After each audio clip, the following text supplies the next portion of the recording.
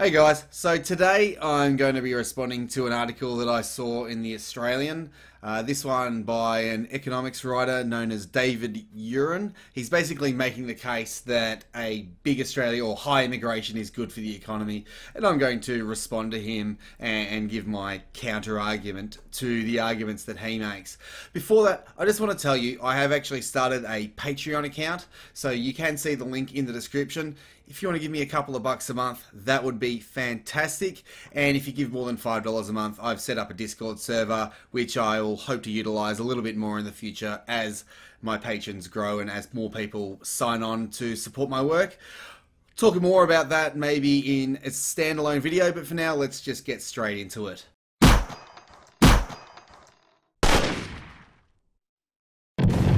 So he starts off by saying, with 340,000 more people working now than a year ago, demand for labour remains strong. There are almost 250,000 job openings. That is a record and 24% more than a year ago. But how many of those new jobs are simply because there are more people here? So there are more people here. I guess some people might be starting more businesses. There might be more people who are self-employed.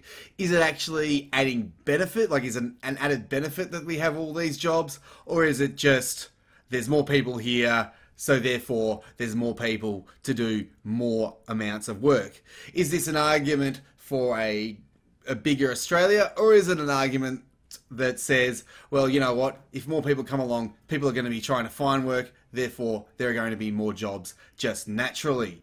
I think it's sort of more leaning towards that case, and it doesn't actually say that immigration is a good thing. Simply, the simple existence of having more jobs doesn't mean more people equals good. It's not an argument. It's a false dichotomy, or it's a false connection. The two aren't the same as each other.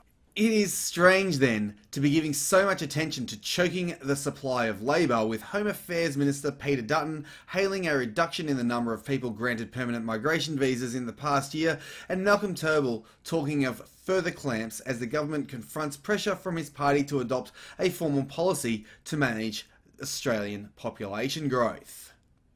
Australia's migration system is responsive to labour demand. Isn't that a bit of the problem? Why is the migration system responsive to labour demand? Why isn't the wage system responding to wage demand? Why is it that when maybe wages have upward pressure, business can just say, well, let's bring 100,000 people in from overseas and put wages back down because it's responding to labour supply, labour demand, as the argument is put in this article? I would have thought that's sort of contradictory to what we want and what actual employees would want in the long run.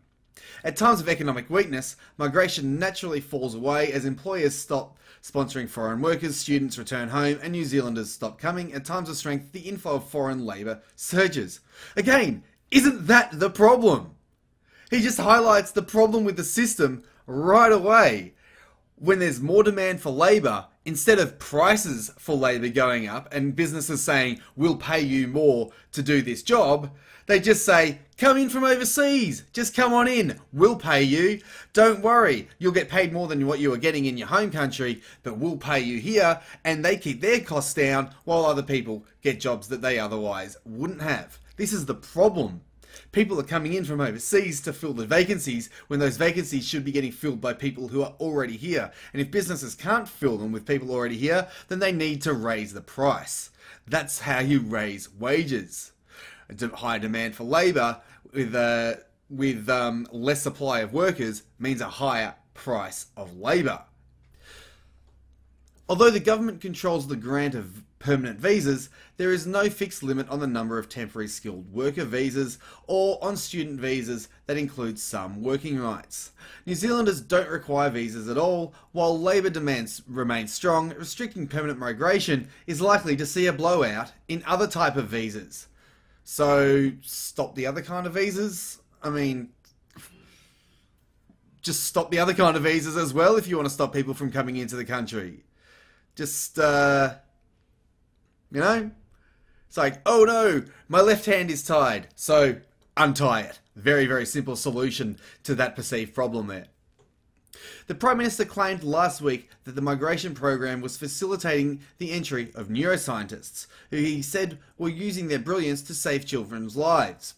We want to keep on recruiting the best and the brightest. But where are they recruiting the best and the brightest from? A lot of them are the best and the brightest from other developing countries. So what we're essentially doing is taking the very top talent from other countries who otherwise might be able to use that very top talent to make their own countries better. We're brain draining other countries. We're bringing people over here and getting the value of all these highly skilled individuals, thus taking their value away from other nations. Isn't it funny how the fixed pie fallacy suddenly becomes not a fallacy when you're actually talking about a fixed number of people, isn't it? But all of a sudden, these pro-immigration people who are often the same kind of people who say that wealth is stolen suddenly forget that when it comes to immigration, that is. Just an interesting little thing that I picked up. If you notice as who cleans his office, he will see that the immigration program is also fostering the entry of lower skilled workers, meeting the needs of the labour force more generally. Again, this is the problem.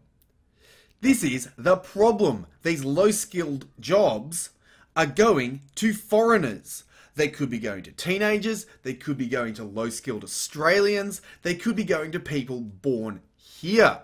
Instead, they're going to foreigners and keeping prices down. If the prices were maybe higher, then perhaps you'd probably get more Australians, more locals working in them. His whole argument in favour of immigration is basically, well, it's good that foreigners are coming here and doing jobs at a lower price that could otherwise go to Australians at a slightly higher price. And we wonder why wages are staying down. For a full investigation or for a full report on why Australian wages are so low, you can actually check my video, The Real Reason Australian Wages Aren't Growing. Go check it out. Otherwise, I'll continue with the response. Modelling by Victoria University economists suggests there will be demand for an additional 516,000 workers a year between now and 2024, with half this number needed just to replace retiring baby boomers. Baby boomers, the generation born between 1946 and 1964, are working later in life than earlier generations, but are now leaving the workforce in larger numbers. Okay, so then there'll be less workers, so the demand for labour will go up, so we can then raise prices for labour. But no, his solution is just to bring more people in from overseas and pay them nothing, thus bidding the price of labour down for everyone. I don't know if the local population will support that idea, if you ask me. I don't think people are quite on board with his economics. The cohort of young people completing their education numbers about 330,000 a year, so a significant migration intake is required if we're to avoid acute labour shortages. Acute labour shortages is just another word for not enough workers to take the jobs at the price offered. Again, if businesses just raise the price of labour, then there'd be more people to take those jobs, wouldn't there? If businesses were just able to hire maybe more low-skilled workers as well, maybe they could hire people at below the minimum wage in Australia, you might get more people sort of taking those jobs, or more entry-level jobs for young and unskilled Australians as well, which is a chance for them to get skilled up to the higher skilled jobs that he obviously wants people to be filling. Again, his argument in favour of a big migration policy or more migrants to Australia is not a good one. Turnbull is canvassing plans to force migrants to move to regional areas where he says there are greater labour and skills shortages than in the big cities. The government is in a position to offer visas on conditions, and a condition that related to working in regional areas is certainly something that's feasible. How about we just don't give people more visas? How about we just close the borders and say no more immigration, and we let people in Australia decide where they want to work and the wages they want to work at, rather than letting business say, you know what, we don't want to pay workers less, let's go overseas and import 1 million people from India to do jobs that Australians would do for $5 more an hour.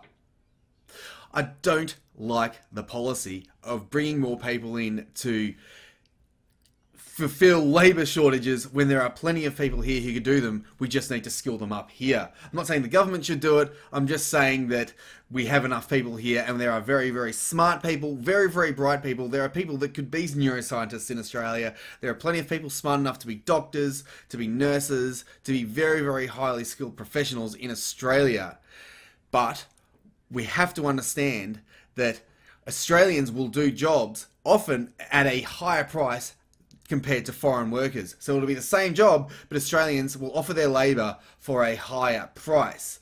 And what this guy is saying, what David Uren is saying, is that it's okay for businesses to go overseas and get workers in and pay them less. I know I've repeated that quite a few times in this video, but that's really the gist of his argument here, and it's just not a very strong one. But directing migrants away from the cities to the rural areas would be of no help whatsoever. Labour shortages in the cities would bid up the price of labour. Yes, they would! They'd bid up the price of labour! Wages would go up! Yes, they would! That would be a good thing for individual workers. That would be a good thing. And it would be a good thing for competition in the market as well, because it would mean businesses need to find labour-saving devices. Maybe they need to find ways of being more efficient in their business. Maybe new businesses come up. Maybe the economy grows. People have to invest. This is how an economy actually works. When you have the government bringing in millions of workers every other year, then that's the government distorting an otherwise free market. That's them saying, let's bring all these people in and get the supply of labour a lot higher to bring prices lower. It's kind of the same as when the Reserve Bank brings in a lot of extra money and drops the price of money, otherwise known as inflation. It's the same principle in action. It is not a good economic policy in the long run, and it's definitely bad for the Australian culture and the people who are already here. Looked at from a global perspective, Australia is fortunate to have two truly global cities with populations of about 5 million, given the challenges of Australia's remoteness from the world's economic centres. Sydney still ranks only 90th amongst the world's largest cities, with 29 larger cities in the advanced world. The challenge is to make the big cities work better, not stunt their growth. Why? Why? Why? Why do we just have to bring people in just so that we can have bigger cities? Why do we have to have bigger cities? Why is 4 million people in a city not more than enough people in a city? Why do we need to be as big as Tokyo or New York?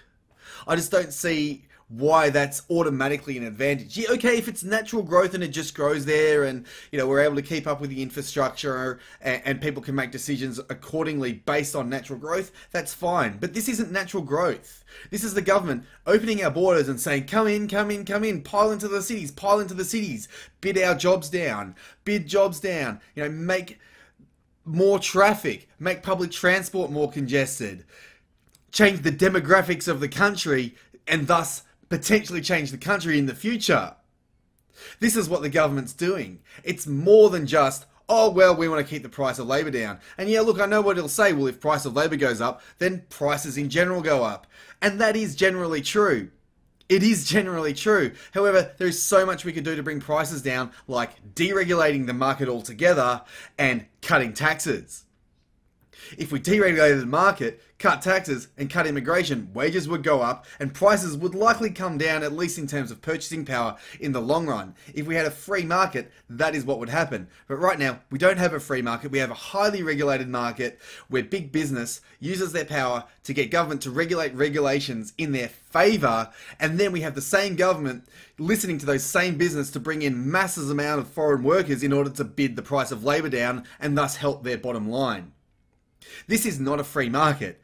This is big business and also big unions and big left-wing political parties who just want the votes. This is them using state power for their own advantage. That makes it immoral, and that means cutting immigration is the right thing to do.